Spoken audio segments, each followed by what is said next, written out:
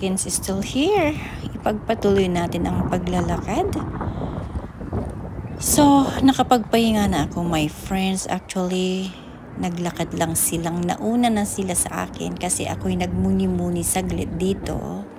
So, I'll go meet them. Kasi gutom na daw sila. So, we have to find somewhere else na pwedeng upuan. Maraming mga upuan dito na magaganda. So, I'll go and then kunting snack.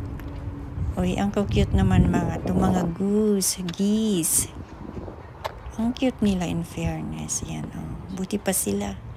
Lumalangoy. Maganda sana lumangoy, kaya lang it's cold. It's 14 degrees right now.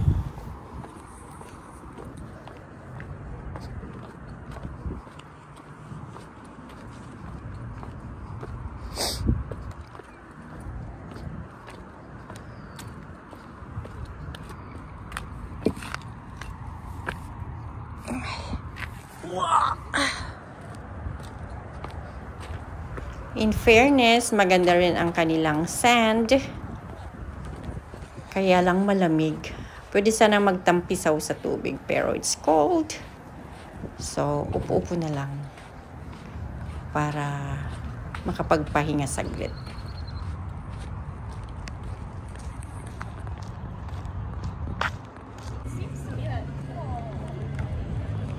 So, may mga restaurant din dito. Etobicoke na po. We're here at Etobicoke. Ayan, may nagpa-volleyball din. I'm not sure kung anong restaurant ito. Wow! So, it's fun pero malamig. So, it's a nice walk. Mga kaibigan, nandun na sila. Nauna. Yung isa ay kausap ang kanyang boyfriend from Germany.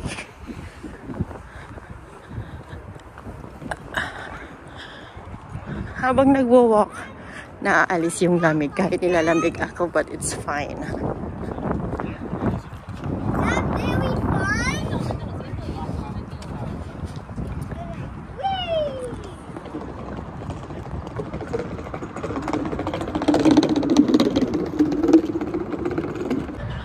Pupunta namin yung tulay. Pagod na? Diyan ka muna.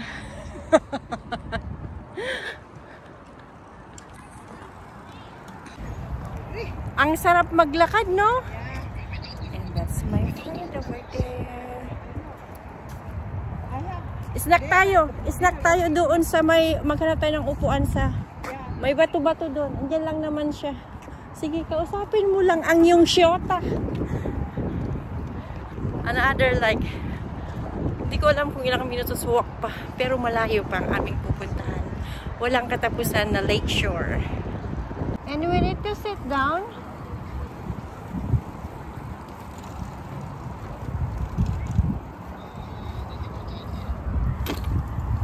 Ayan. Pexi.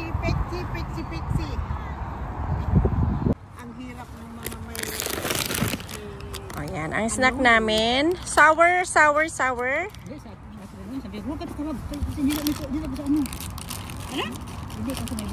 Tig isang orange, hindi matamis itong si... Thank you. Bakit? Ano kasi nakita niya nung live ako. Oh, ganyan lang ang mga snack na dala ko. Kasi magko-coffee naman or magdi-dinner tayo mamaya ng... Oh, tig isa tayo dyan. Oh, isang Ollens. Salamat sa pagdadala. Bakit alam mong tatlo? Hindi. So, here na kami sa Etobicoke. Paakyat na kunti ang aming dinadaanan.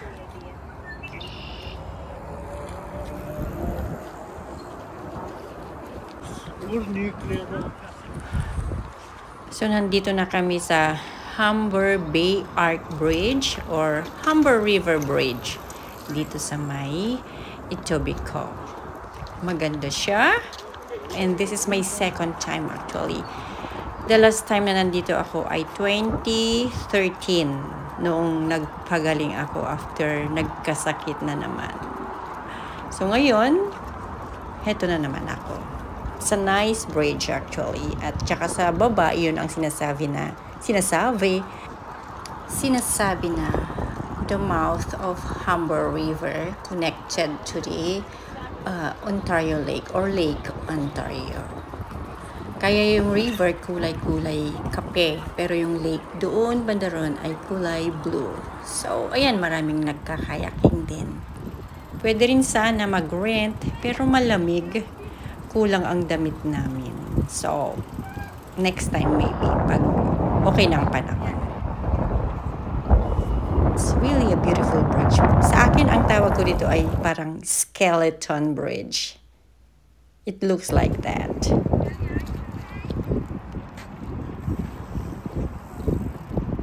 Pero takot pa rin ako. Paano kung nahulog na? Ang lamig.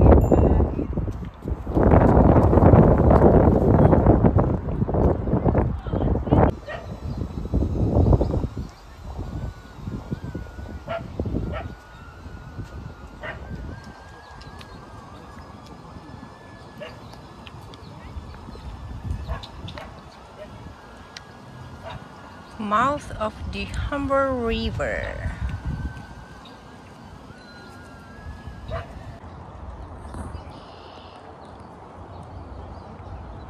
The big stone, the big rocks.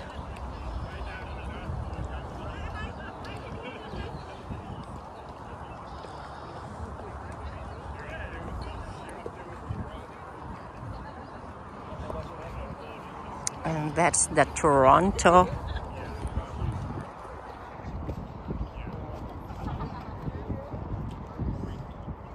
Nandun pa lang yung kaibigan namin. Sabihin mo punta sa may bato na malalaki, makita niya tayo dito. That's the, anong tawag yan na tulay na yan? Nakalimutan ko na. Basta Humber River Mountain. So alam niyo ba na ang bridge na ito ay hindi pwedeng dumaan ang mga sasakyan, motorcycle, ganon. So ang pwede lang ay mga bikers at ang mga tao. So, ayan. Walang ibang makalakad kung hindi tao at saka bikers lang. Motorbike? No. Bicycle? Yes. At dito sa paligid, makikita mo ang CN Tower, which is doon naman kami pupunta sa Harbourfront, downtown Toronto. Ay, naku, salamat sa araw na ito at napadaan ulit kami dito.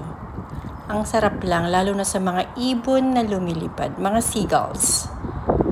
So each time, it's time to go and see at Harbourfront. Anyways, we are here sa Harbourfront. Thank you again for watching and see you next time.